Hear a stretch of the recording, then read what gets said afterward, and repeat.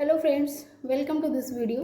और कैसे हो आप सभी और कैसी चले आपकी स्टडी, कमेंट करके ज़रूर बताइएगा।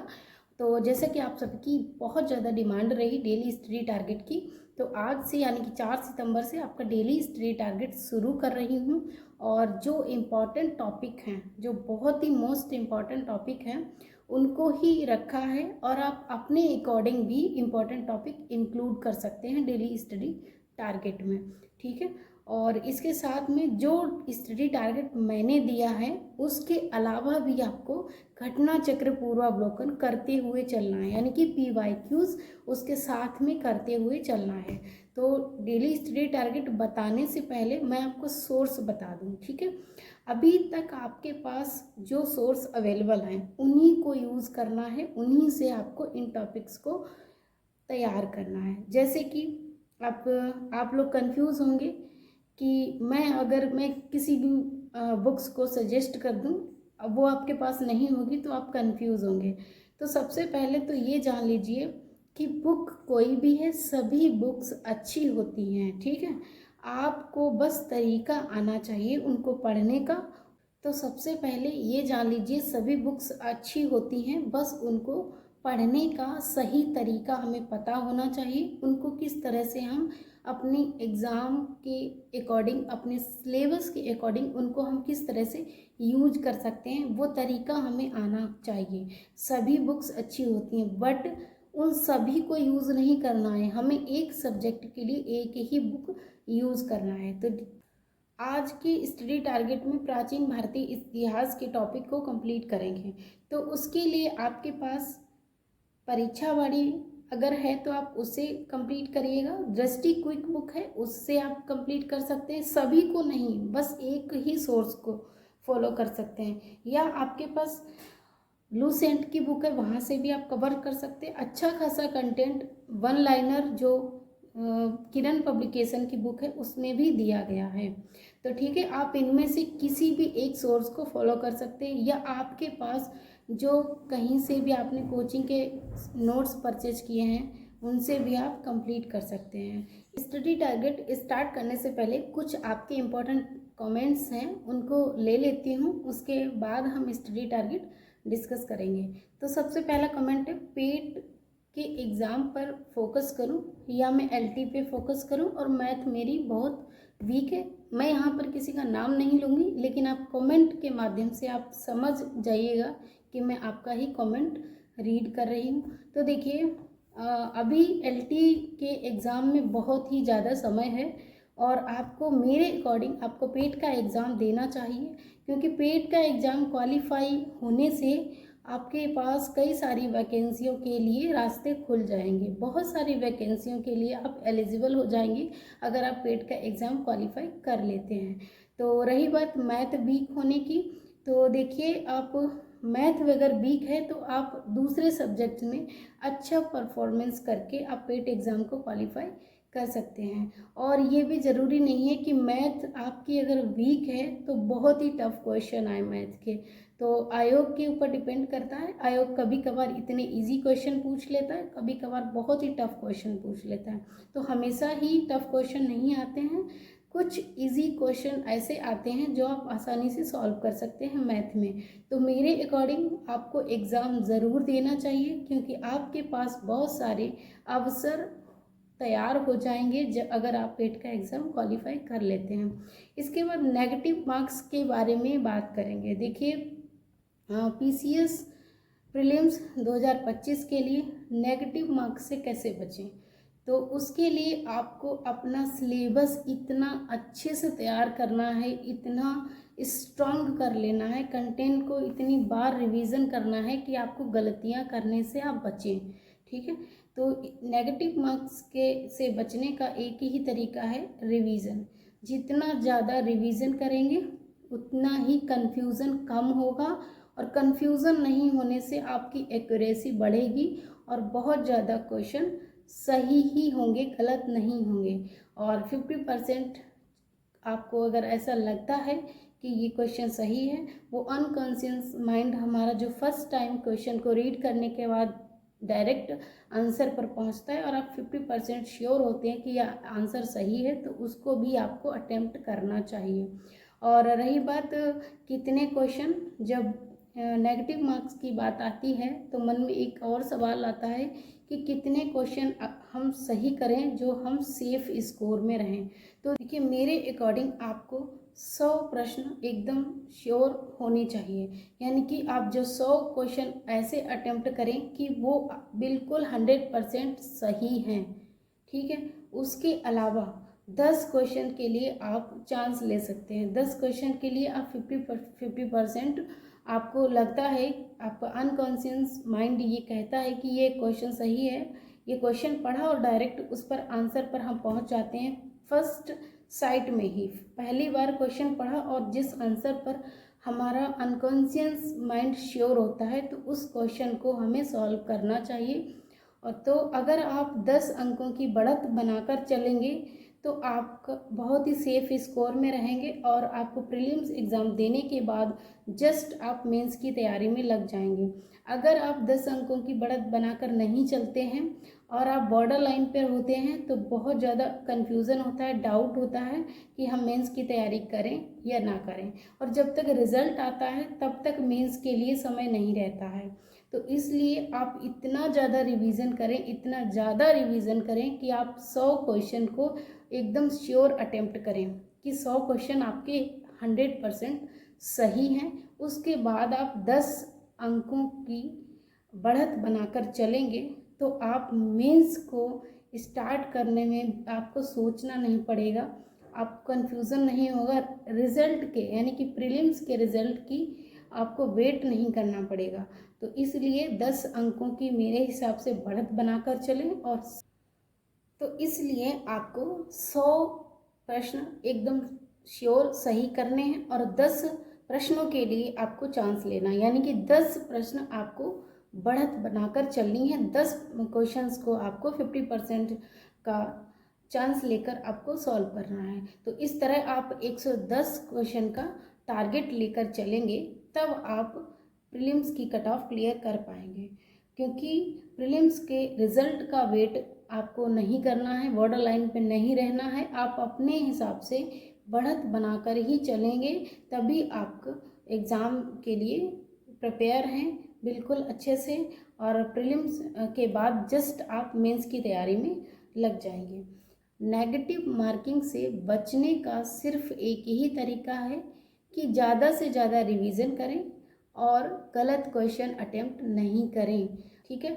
आप अपना इतना स्ट्रॉन्ग रिवीजन कीजिए कि आपको एग्ज़ाम हॉल में कन्फ्यूज़न फेस ना करना पड़े और आप बिल्कुल एग्जैक्ट वही क्वेश्चन सही करें जिस पर आप 100% श्योर हैं। 10-15 क्वेश्चन पर आप चांस ले सकते हैं, क्योंकि आपको बढ़त बनाकर चलनी है। बढ़त बनाकर नहीं चलेंगे तो प्रीलिम्स के रिज़ल्ट का वेट करेंगे, तब मेंस की तैयारी करेंगे तो आपका मेंस नहीं हो पाएगा। तो इसलिए श्योर रहें। सेफ स्कोर में रहने के लिए आपको रिवीजन बहुत ज़्यादा से ज़्यादा करना है, क्योंकि मैंने भी यही तरीका फॉलो किया है। मैंने गलत क्वेश्चन अटेम्प्ट ही नहीं किया, जिस पर मैं 100% श्योर होती हूँ उसी क्वेश्चन को अटेम्प्ट करती हूँ। उसके अलावा जब मुझे ये लगता है कि इतने क्वेश्चन से काम नहीं चलने वाला है, यानी कि प्रीलिम्स नहीं निकलेगा, उसके बाद ही मैं अदर क्वेश्चंस को टैकल करने की कोशिश करती हूँ। तो आई होप आपको नेगेटिव मार्किंग वाला जो क्वेश्चन है वो समझ में आ गया होगा। इसके अलावा टारगेट वीडियो पे बहुत सारे कमेंट मिले हैं, तो देखिए टारगेट वीडियो आपका स्टार्ट हो चुका है, जो 4 सितंबर से आपका स्टार्ट हुआ है और 21 डेज़ का टारगेट रहेगा। और बीच बीच में आपको मैं कुछ ट्रिकी वीडियो या जो इम्पोर्टेंट टॉपिक हैं या शॉर्ट नोट वीडियो मैं आपको प्रोवाइड कराती रहूँगी। उसके बाद आरओ मेंस के लिए आपको एक अलग से वीडियो मिलेगा, इसमें इंक्लूड नहीं कर सकते आरओ मेंस के बारे में, ये प्रॉपर एक टारगेट वीडियो है। तो आरओ मेंस के ऊपर भी आपको जल्द ही वीडियो मिलेगा। उसके बाद पीसीएस 2026 की बुक लिस्ट, बिल्कुल आपको पीसीएस 2026 की book list with proper strategy के साथ नेक्स्ट वीडियो मिलेगा आपको। उसके बाद कट ऑफ कितने सही करें जो हम सेफ स्कोर में रहें। तो देखिए अभी जब नेगेटिव मार्किंग की बात हुई तो उसमें मैंने कट ऑफ को भी क्लियर कर दिया क्योंकि इस बार 2024 में कट ऑफ का कुछ पता नहीं चल पाया, तो इसलिए आपको क्या करना है, 100 क्वेश्चन सही करने का पूरा प्रयास करना है। उसके बाद 10-15 क्वेश्चन आपको जहाँ पर आप 50% श्योर होते हैं वो क्वेश्चन भी आपको अटेम्प्ट करना है, तभी आप सेफ स्कोर में रहेंगे और मेंस की तैयारी करने में मेंस की तैयारी के लिए बिल्कुल तैयार होंगे। और इसके अलावा है, हाँ, 110 का आपको सेफ स्कोर लेके चलना है, ठीक है। यानी कि 110 क्वेश्चन आपको अटेम्प्ट ही करने हैं हर हालत में। तो चलिए अब स्टार्ट करते हैं टारगेट वीडियो। और ये टारगेट आपको एक दिन में ही कंप्लीट करना है। टारगेट कंप्लीट करने के बाद प्रॉपर उसका रिवीजन भी करना है, क्योंकि अब अलग से रिवीजन करने का समय नहीं है। ये बहुत ही इम्पॉर्टेंट टॉपिक है और इनका रिवीजन भी आपको जैसे टॉपिक कंप्लीट किया है उसके बाद ही आपको जस्ट रिवीजन भी करना है, ठीक है। रिवीजन साथ में करते हुए चलेंगे तो बहुत ही ज़्यादा बेनिफिट आपको एग्ज़ाम में मिलेगा। कन्फ्यूजन से बचेंगे और सही आंसर तक आसानी से पहुंच जाएंगे। तो चलिए टारगेट स्टार्ट करते हैं। तो चलिए स्टार्ट करते हैं टारगेट। आज डेट है 4 सितंबर, तो 4 सितंबर से आपका स्टडी टारगेट मेरे अकॉर्डिंग स्टार्ट हो रहा है और ये स्टडी टारगेट 21 डेज़ का है। 21 डेज़ का स्टडी टारगेट कंप्लीट होने के बाद एक न्यू टारगेट स्टार्ट करेंगे, जो हम फर्स्ट रिवीजन वाला प्लान रखेंगे। तो मेरे अकॉर्डिंग यानी कि मुझे ऐसा लगता है कि अभी तक आपने काफ़ी कुछ पढ़ लिया है और ये मेरे हिसाब से ये आपका एक रिवीजन प्लान होगा। तो इसमें हम क्या करेंगे कि बहुत ही फास्ट वे में सारे टॉपिक कंप्लीट करेंगे। जैसे कि हम स्टार्ट कर रहे हैं भारतीय इतिहास से, यानी कि प्राचीन इतिहास से शुरू कर रहे हैं। तो मैंने इसमें 6 टॉपिक रखे हैं, तो ये टॉपिक आपको एक दिन में ही कंप्लीट करना है। इसके साथ ही साथ आप करंट अफेयर भी कंप्लीट करेंगे आई दृष्टि से, या आपका जो भी सोर्स आप पहले से फॉलो करते आ रहे हैं उसी से करेंगे, लेकिन इसको स्किप नहीं करना। ये पूरा 1 डेज का टारगेट है। मॉर्निंग से लेकर इवनिंग तक आपको इतना टारगेट कंप्लीट करने के बाद आपको कंप्लीट रिवीजन भी करना है। नेक्स्ट टारगेट स्टार्ट करने से पहले आपको एक बार फिर से इसका रिवीजन करना है। तो जिस तरह मैं बता रही हूँ, अगर ऐसे फॉलो करेंगे तो आप काफ़ी अच्छा परफॉर्मेंस कर पाएंगे एग्ज़ाम में, ठीक है। तो सबसे पहले हम शुरू करेंगे सिंधु घाटी सभ्यता। सिंधु घाटी सभ्यता, फिर गुप्त वंश एवं गुप्तोत्तर काल, पुस्तकें एवं लेखक, वैदिक सभ्यता, बौद्ध धर्म, जैन धर्म, मौर्य एवं मौर्योत्तर काल और प्राचीन भारत की कला एवं संस्कृति। करेंट अफेयर पढ़ेंगे आई दृष्टि से, जहाँ पर आपका चल रहा रिवीजन। यानी कि अभी तक आप मेरे ये स्टडी टारगेट देने से पहले आप जहाँ पर अपना करेंट अफेयर पढ़ रहे हैं या रिवीजन कर रहे हैं, आप वहीं से अपना स्टार्ट करेंगे, ठीक है। बैक नहीं होना है आपको। करेंट अफेयर आप अपने अकॉर्डिंग, आपके पास जो आई दृष्टि है या इसके अलावा आपका जो भी सोर्स है वहाँ से करेंट अफेयर डेली करते रहेंगे इस स्टडी टारगेट के साथ में। उसके बाद सी सेट अपने अकॉर्डिंग करेंगे, क्योंकि अभी मैंने सी सेट का कोई वीडियो नहीं दिया है और नेक्स्ट वीडियो आपको सी सेट पर ही मिलेगा। उसके बाद से हम सी सेट के टॉपिक भी टारगेट में इंक्लूड करेंगे, ठीक है। पहले हम सी सेट की जो स्ट्रेटजी है जो मैंने फॉलो की थी, हम पहले स्ट्रेटजी के बारे में डिस्कस कर लेंगे, उसके बाद ही सी सेट के टॉपिक स्टडी टारगेट में इंक्लूड करेंगे। तो तब तक आप फर्स्ट डे यानी कि 4 सितंबर में आप ये हिस्ट्री के टॉपिक कंप्लीट कर लेंगे। करेंट अफेयर अपने अकॉर्डिंग करेंगे, सी सेट भी अपने अकॉर्डिंग करेंगे। इतने टॉपिक सारे कंप्लीट करने के बाद इवनिंग में आप कंप्लीट रिवीजन करेंगे। जैसा मैं बता रही हूँ वैसा आप करिएगा, देखिएगा कुछ ही दिन बाद आप बहुत ही ज़्यादा कॉन्फिडेंट फील करेंगे और आप परीक्षा में बेहतर प्रदर्शन कर पाएंगे। तो सबसे पहले स्टार्ट करेंगे सिंधु घाटी सभ्यता, गुप्त वंश एवं गुप्तोत्तर काल, पुस्तकें एवं लेखक, वैदिक सभ्यता, बौद्ध धर्म और जैन धर्म। और इसके अलावा आप अपने हिसाब से भी टॉपिक इंक्लूड कर सकते हैं, लेकिन लास्ट टाइम में जो मुझे मोस्ट इम्पॉर्टेंट टॉपिक लगे मैं वही आपको बता रही हूँ, क्योंकि ज़्यादा कुछ पढ़ने का समय नहीं है। जो लगता है कि एग्ज़ाम में पूछे जाते हैं, PYQs के अकॉर्डिंग ही टॉपिक सिलेक्ट किए हम। तो प्राचीन भारत की कला एवं संस्कृति, ये हिस्ट्री के टॉपिक आपको इतने कंप्लीट करने, इसका सोर्स रहेगा जो आपके पास अवेलेबल है, नया सोर्स लेने की ज़रूरत नहीं है। आप इन टॉपिक्स को परीक्षा वाणी से भी कंप्लीट कर सकते हैं और दृष्टि क्विक बुक से भी कंप्लीट कर सकते हैं, या आपके पास कहीं से आपने नोट्स परचेज किए हैं वहाँ से कंप्लीट कर सकते हैं, और लूसेंट से भी आप इन टॉपिक्स को कंप्लीट कर सकते हैं। इस टारगेट के साथ साथ आपको घटना चक्र PYQs लगाते रहना है, ठीक है, उसको स्किप नहीं करना है। तभी आप जब बिल्कुल रूल्स और रेगुलेशन के हिसाब से अपनी तैयारी करेंगे तो डेफिनेटली आप एग्ज़ाम में बहुत ही अच्छा प्रदर्शन करेंगे।